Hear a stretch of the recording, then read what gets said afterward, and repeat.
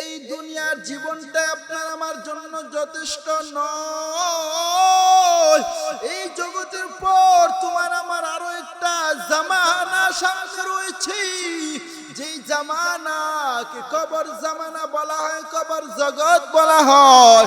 যেই কবরে আলো নাই, বাতি নাই, সাথী নাই, বিছানাও নাই।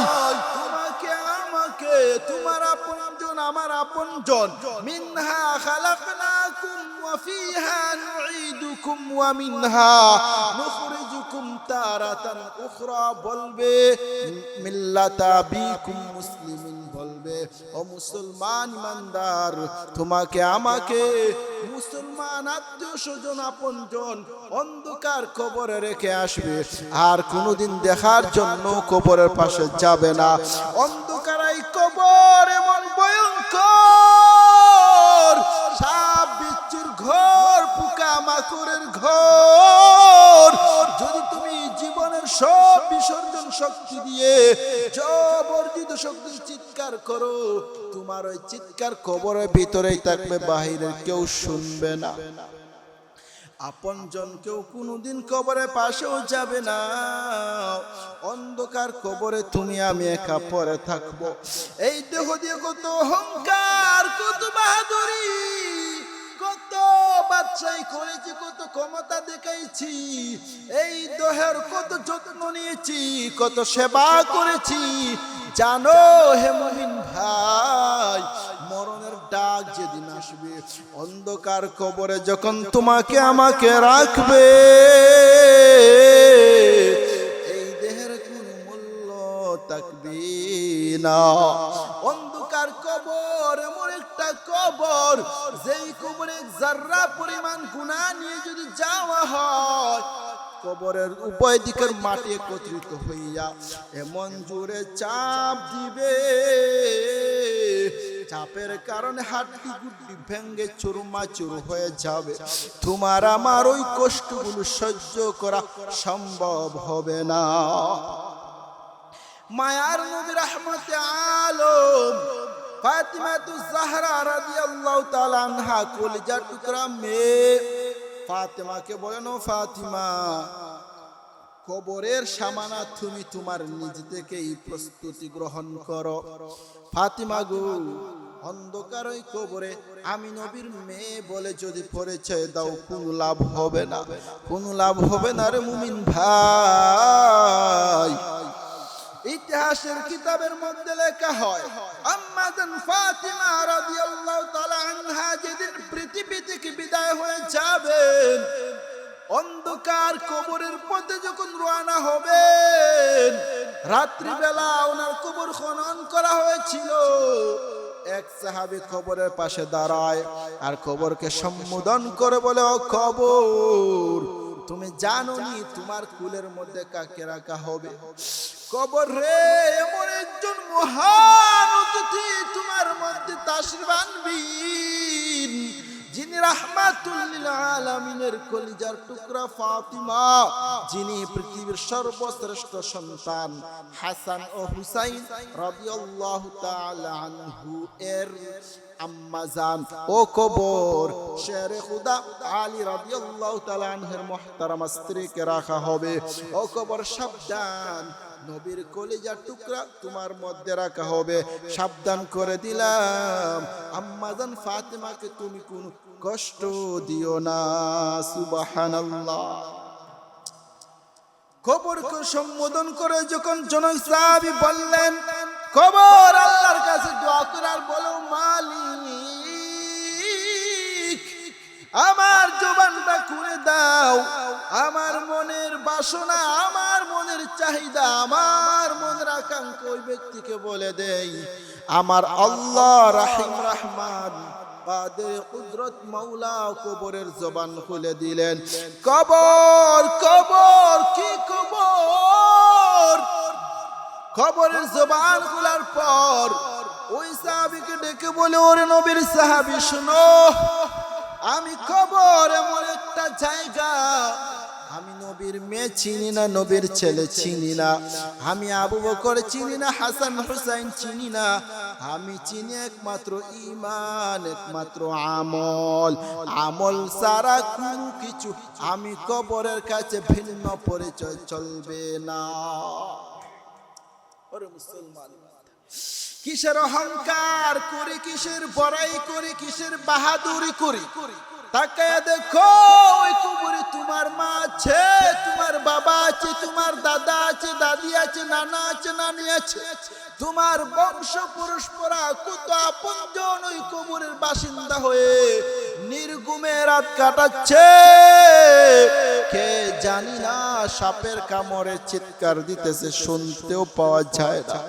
ওই কবরে তুমি আমিও যাব, আলো নাই, বাতি নাই, বিছানাও নাই।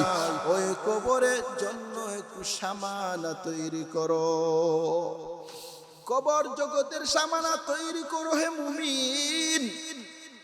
আম্মা জান ফাতিমাতুজ জাহরা রাদিয়াল্লাহু তাআলা আনহা বিশ্ব নবীকে একদিন বললেন, ও নবী আমার, ও আমার আব্বা জান, আমি একজন জান্নাতি মহিলা দেখতে চাই। সুবহানাল্লাহ। মায়ার নবী বলেন, ও ফাতিমা, তোমার আম্মা খাদিজাতুল কুবরা জান্নাতি, তোমার মা আয়েশা রাদিয়াল্লাহু তাআলা আনহা জান্নাতি। আম্মা জান ফাতিমা বলেন, ও বাবা আমার, ওরা তো আমি আমার ঘরের, আমি বাহিরের একজন মহিলাকে জান্নাতি দেখতে চাই, বাহিরের কাউকে আমাকে একটু দেখার সুযোগ করে দাও। মায়ার নবী বলেন, ফাতিমা, তোমাকে আমি একটা রাস্তা দেখিয়ে দিলাম, তুমি ওই রাস্তা দিয়ে হাঁটতে থাকো। হাঁটতে হাঁটতে অনেক দূর একটা ঘর পাইবা, একটা বাড়ি পাইবা। ওই বাড়ির মধ্যে একজন মহিলা আছে, আমি তোমার বাবা রাহমাতে আলম মুহাম্মদুর রাসূলুল্লাহ সাল্লাল্লাহু আলাইহি ওয়াসাল্লাম বলে দিলাম, ওই মহিলা হলো এই জামানার একজন জান্নাতি মহিলা। মায়ার নবী রাহমাতে আলমের কথা শুনে আম্মা জান ফাতিমাতুজ জাহরা রাদিয়াল্লাহু তাআলা আনহা ওই মহিলার সন্ধানে ঘর থেকে বের হলেন। বাড়িতে যাওয়ার পর দেখতে পান একটু গরিবী হালতে একটা ছোট্ট ঘর আছে। আম্মা জান ফাতিমাতুজ জাহরা দরজার সামনে গিয়ে সালাম করলেন, আসসালামু আলাইকুম। নবীজির কলিজার টুকরা ফাতিমা রাদিয়াল্লাহু তাআলা আনহা ওই মহিলা সাহাবীর দরজার পাশে দাঁড়ায় সালাম দে। মহিলা ভিতর থেকে সালামের জবাব দিল, ওয়া আলাইকুমুস সালাম, কে তুমি এসেছো? আম্মা জান ফাতিমা রাদিয়াল্লাহু তাআলা আনহা বললেন, বোন আমার, আমি রাহমাতুল লিল আলামিনের কলিজার টুকরা ফাতিমা, আমি তোমাকে দেখব, তোমার ঘরে প্রবেশ করব, তোমার সাক্ষাতের জন্য, তোমাকে দেখার জন্য এসেছিলাম। ওই মহিলা ডেকে বলো, ফাতিমা, আপনি রাহমাতুল লিল আলামিনের কলিজা, তোমার সম্মান, তোমার শ্রদ্ধা আমার কাছে অনেক বেশি আছে, থাকবে। তবে জাননি, এই ঘরটা যদিও আমার, তবে ঘরের মূল মালিক হলেন আমার স্বামী। ও ফাতিমা, আমি তো গরিব, আমার স্বামীও গরিব, হালাল ইনকামের জন্য জঙ্গলে কাঠ কেটে হালাল জীবিকা নির্বাহ করেন। এই মুহূর্তে আমার স্বামীর অনুমতি ব্যতীত আপনাকে এই ঘরে প্রবেশের অনুমতি আমি দিতে পারবো না। ফাতিমা রাদিয়াল্লাহু তাআলা চিন্তা করলেন, আব্বাজান যে বলেছেন এই জামানার একজন জান্নাতি মহিলা ওই বাড়িতে আছে, এর আলামত পাওয়া যাইতেছে। আম্মা জান ফাতিমাতুজ জাহরা রাদিয়াল্লাহু তাআলা আনহা বললেন, ও বোন আমার, তাহলে ঠিক আছে, তোমার স্বামী যদি আজকে বিকেল বেলা বাড়ি আসে, তার থেকে তুমি অনুমতি নিয়ে রাখবা, আগামী কাল আবার তোমার সাক্ষাতের জন্য তোমার বাড়ি আমি আসব। এই কথা বলে আম্মা জান ফাতিমা বাড়িতে চলে গেলেন। বিকাল বেলা ওই মহিলার স্বামী আসলে অনুমতি চাইলে তিনি দিয়ে দিলেন। রাহমাতুল লিল আলামিনের কলিজার টুকরা আমার স্ত্রীকে দেখার জন্য করে আসবে, উনি তো মহান খুশি। খুশির আনন্দে বললেন, স্ত্রী আমার, অনুমতি দিলাম, সমস্যা নাই।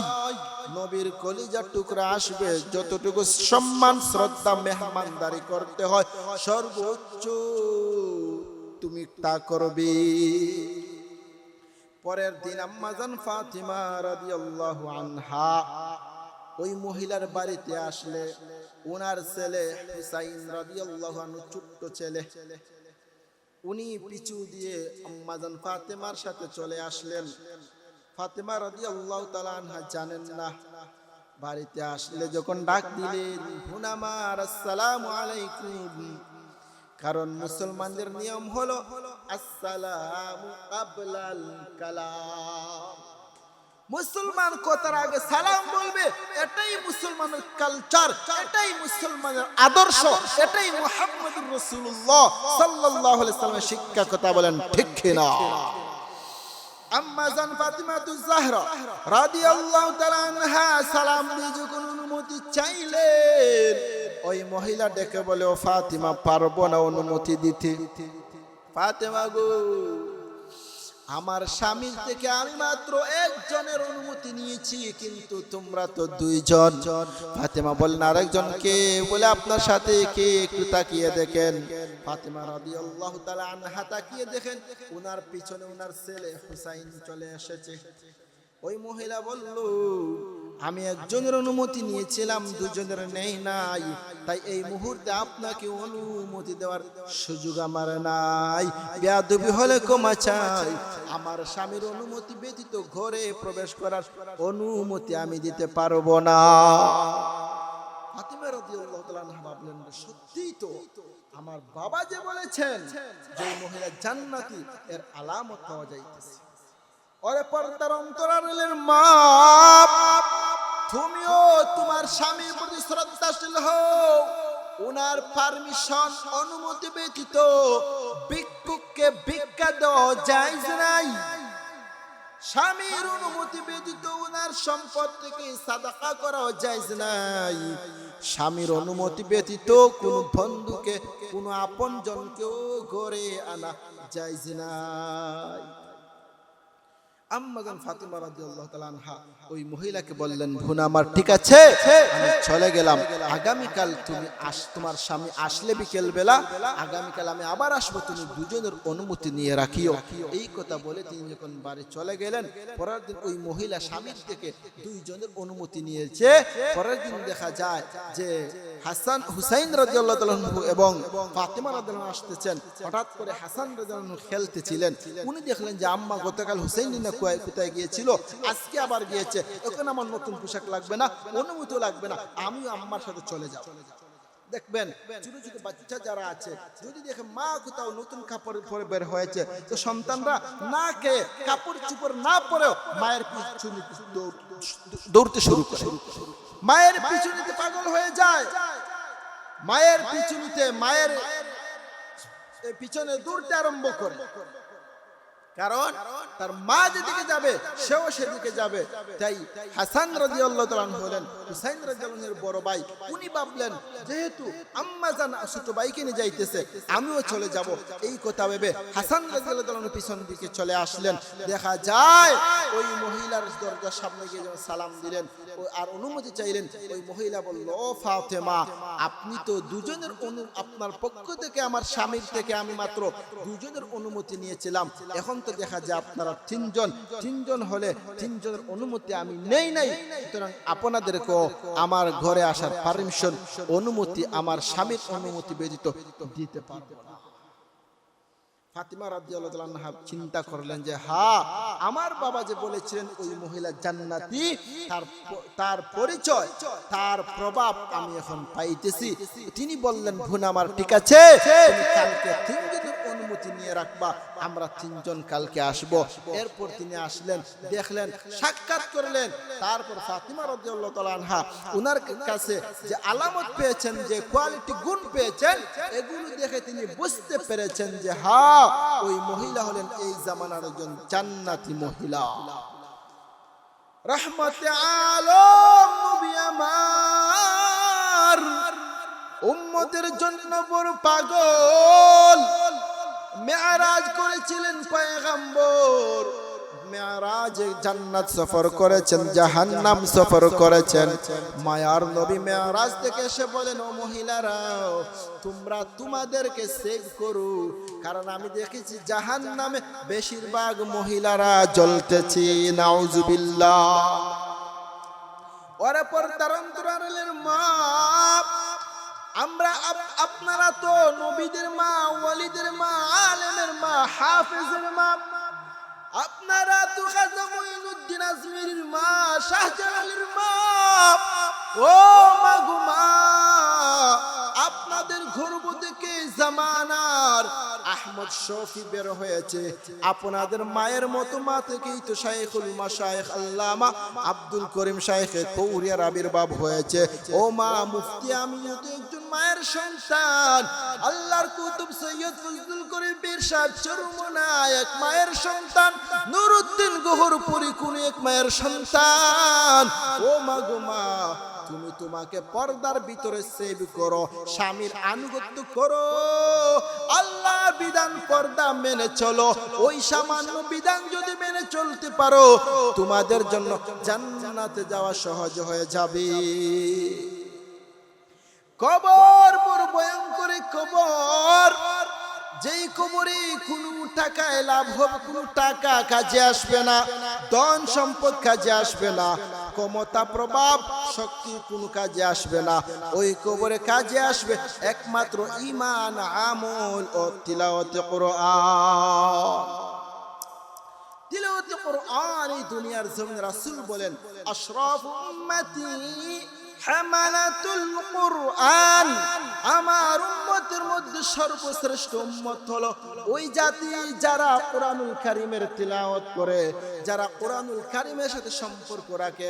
কারণ কোরআন এমন একটি গ্রন্থ, এমন একটি কিতাব, এমন একটি কিতাব যে কোরআনের সাথে যার সম্পর্ক যত বেশি হবে, আল্লাহ তার মাকাম, তার মর্যাদা তত সমুন্নত করবে।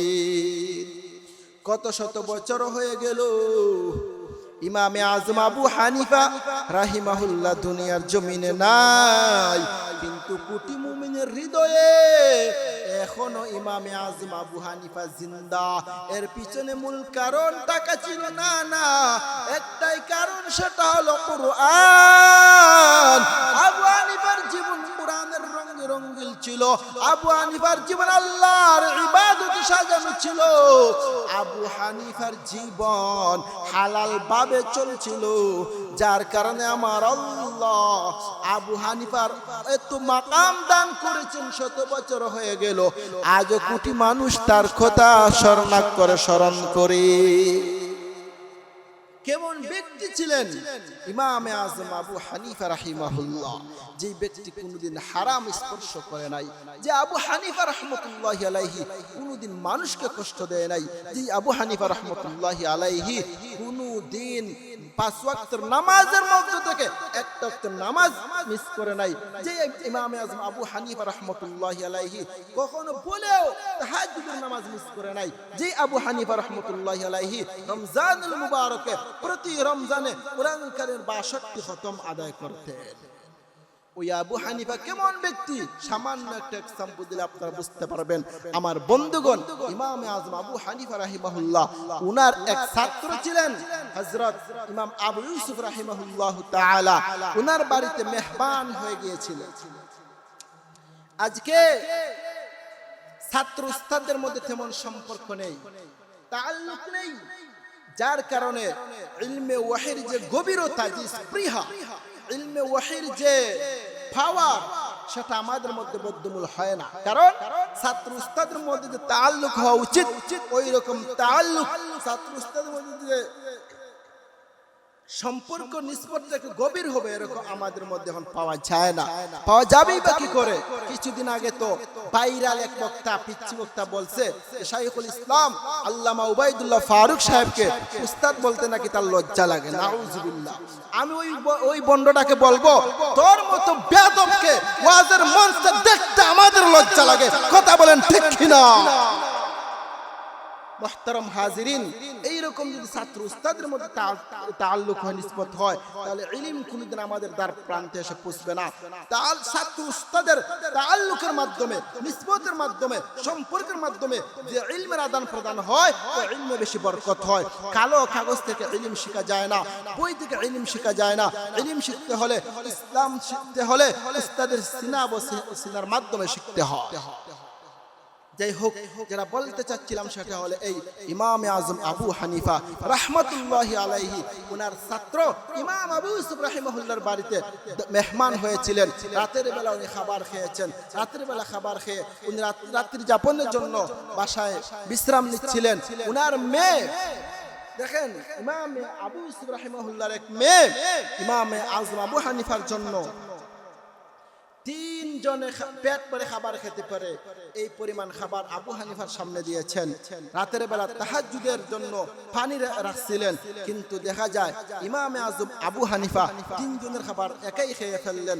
তাহাজ্জুদের সময় তাহাজ্জুদ না পড়েই মসজিদে চলে গেলেন। মসজিদে নামাজ আদায় করে বাড়িতে এসে তাদের সাথে কথাবার্তা না বলে সোজা ওনার বাড়ির দিকে রওনা হয়ে গেলেন। ওনার মেয়ের হৃদয়ে খটকা লেগে গেল, অবাক হয়ে গেল। উনার মেয়ে ডেকে বলে, আব্বা জান।